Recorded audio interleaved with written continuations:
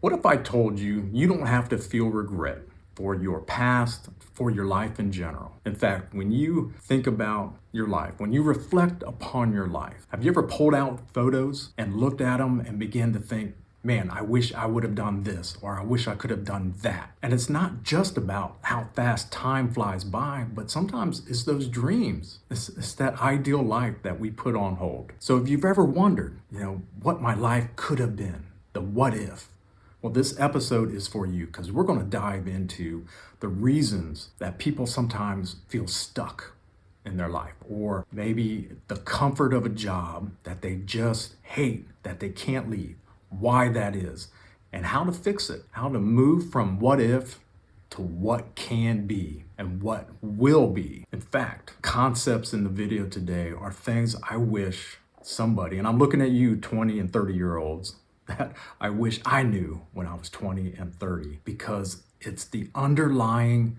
beliefs that keep us stuck in a rut. And we're going to talk today about how to break free, what we can do to start moving forward toward that life that we want to have. Before we move on with the video, if you're looking to regain balance in your life and work, we have a free resource. Just put in the comments free tools and we will send that to you. So do this, pull out your photo album. Do people even have photo albums anymore? Or your phone, open up that phone app and scroll through it. And more than likely, I'm just guessing here, just spitballing, you're gonna see a lot of photos of smiling people, selfies of you smiling in some exotic location or a Christmas gathering and people are smiling and waving. It's those happy memories, right? Now, what don't you see in those photos? Think about it, look at them, scroll through. Well, I'll tell you what you more than likely don't see are grumpy people, are sad people, moments that you wish didn't happen, that you want to forget. Because we don't take photos that way. We want to take the happy moments so we can remember the joyous occasions. The interesting thing again is how many times these photos can bring out feelings of sadness and regret. You look at these and it's like, man, I wish I wasn't such a jerk on that trip in Italy. Regret. So we're going to talk about how to get rid of that and what's the underlying cause for regret and for that sadness. Let me know if you're in your 40s and 50s, are you feeling that way? Do you have regret? Do you wish you had done something different when you were younger, took a different pathway? I know how that feels. But I'll tell you, the steps that I'm going to show you are things that I personally have tried. It's what we offer in our program as well. And I don't feel those feelings of regret anymore. So if you're ready to take control of your life and start heading toward that ideal life, your goals, your destiny that maybe you have put on hold, let's dive in. Because the underlying root of what's holding you back are your limiting beliefs. And what we have to do is identify those limiting beliefs. So I've got 5 steps, 5 little strategies to help identify and break them. Okay, so get out my little handy dandy whiteboard here, which will fill up the whole screen, I'm sure. But step number 1, what makes you feel ill? When you get an unexpected bill, do you feel that nervous butterflies in your gut? Man, I still feel that sometimes. I'm constantly working on it. Scarcity, the fear of financial failure, is one of the strongest limiting beliefs that I have to deal with. And I'm overcoming it. I'm beating that sucker, but it's taking effort. How about you? Is that one of yours? Or maybe it's, I'm not smart enough, or I'm not worthy, or I'm not good enough. These limiting beliefs, a lot of times they're very deep, and it takes a lot of work to root them out, to delete these limiting beliefs. And we'll go through some of the steps. But the first step is identify what those limiting beliefs are. What is holding you back and what is making you physically ill? Do you ever have breathing problems and don't know why? It could be that limiting belief that's causing the stress, that's causing the reactions in your body, right?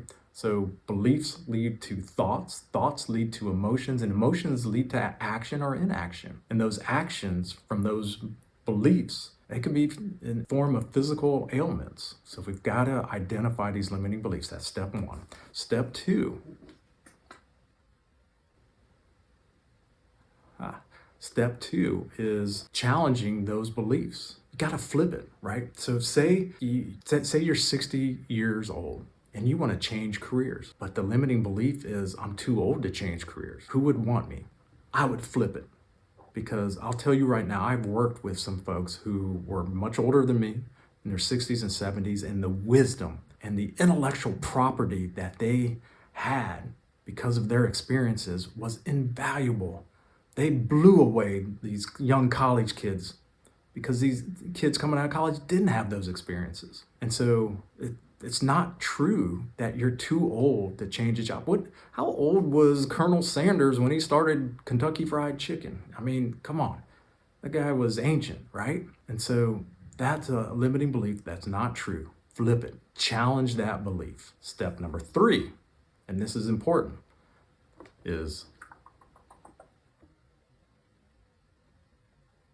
do you see that? It's rewire your brain. Okay, so we identify those limiting beliefs, we flip them. And part of flipping them is creating some affirmations that are really opposite those limiting beliefs. And use the word I am, because you want to live in the moment. And start telling yourself, when you wake up in the morning, don't look at your phone. Maybe take 10 minutes and just, it's a meditation, and you do it repetitively for 10 minutes. I am successful. I am open to abundance. I am, whatever it is, because your brain is listening. And when you first wake up or when you're going to bed, you're in a more receptive state, right? Your subconscious is a little bit more, what do they call it? Alpha. You're in that alpha state. And so that's when you want to be doing these affirmations. And don't just do it for a couple days and forget. Commit to 30 days. Just commit to 30 days. You could do anything for 30 days. And I guarantee at the end of those 30 days, you'll feel some changes. Maybe you'll have more energy. Maybe you won't be experiencing the stress you were previously, but you got to commit. It's got to be repetitive. You got to do it over and over again, morning and night. Maybe when you're driving to work, a 20-minute drive. Wow, that's 20 minutes where you can be just self-talking to yourself, right? These positive affirmations. So step number 4, and this time no cheating. I didn't write step 5 down yet, but step number 4,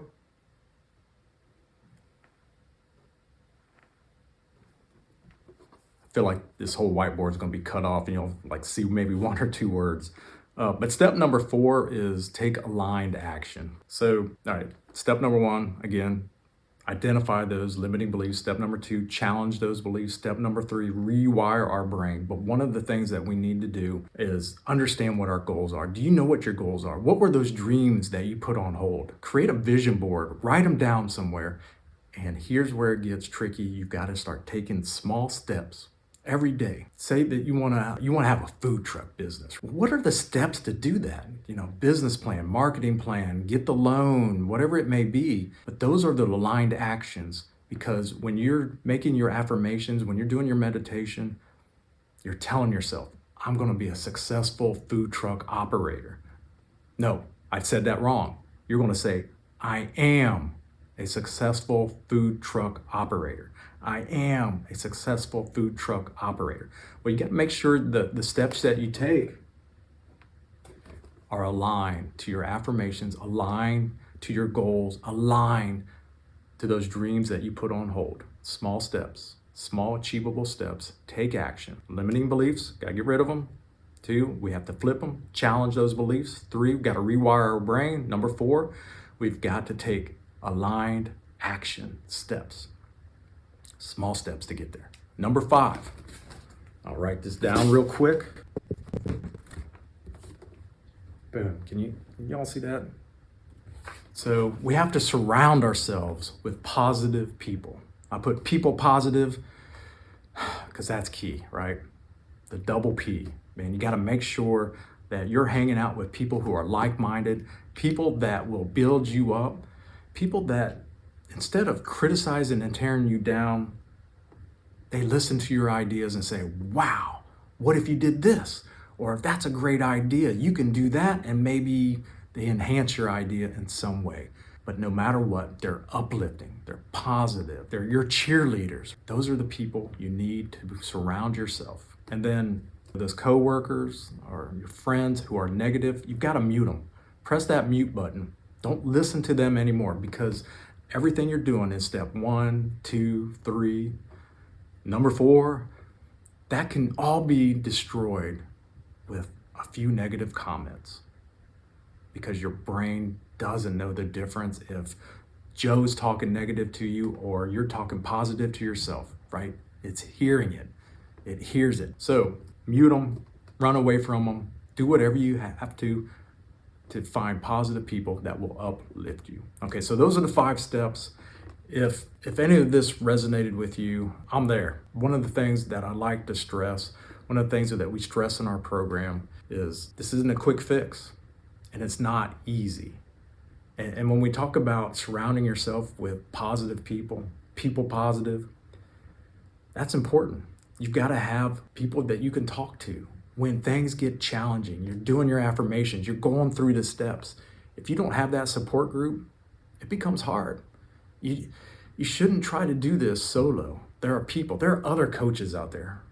We have our program, but there's other gurus as well. If you have interest, go to our website, themindflowcycle.com. There's free resources there that you can download. There's articles there.